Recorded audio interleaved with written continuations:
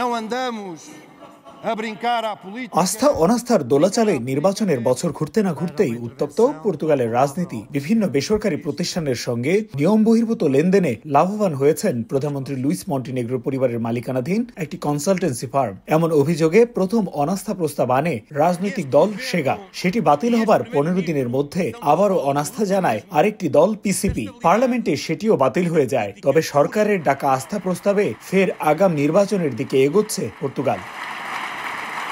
Bank হিসাব তুলে ধরে নিজের বিরুদ্ধে ওঠা অভিযোগ অস্বীকার করেন প্রধানমন্ত্রী লুইস মন্টিনেগ্রো। দেশের রাজনৈতিক অস্থিরতার এমন পরিস্থিতিতে বুধবার আস্থা ভোটের প্রস্তাব দিয়েছেন তিনি। তবে মন্ত্রিপরিষদে অনুমোদনের অপেক্ষায় থাকা প্রস্তাবটি আগামী সপ্তাহের মধ্যেই নিষ্পত্তির অপেক্ষায়। আগাম নির্বাচন কোনোভাবেই কাম্য নয় জানিয়ে রাজনৈতিক স্থিতিশীলতা ফেরাতে দলগুলোর প্রতি আহ্বান জানান পর্তুগিজ প্রধানমন্ত্রী।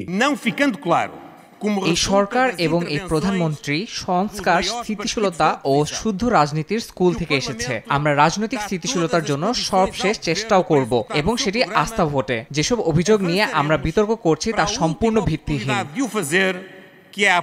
প্রধানমন্ত্রী অভিযোগের বিরুদ্ধে যথাযথ ব্যাখ্যা না দিয়ে সংসদীয় তদন্ত কমিটি থেকে নিজেকে বাঁচাতে দেশকে আবার নির্বাচনের দিকে ঠেলে দিচ্ছেন বলে মত সোশ্যালিস্ট পার্টির।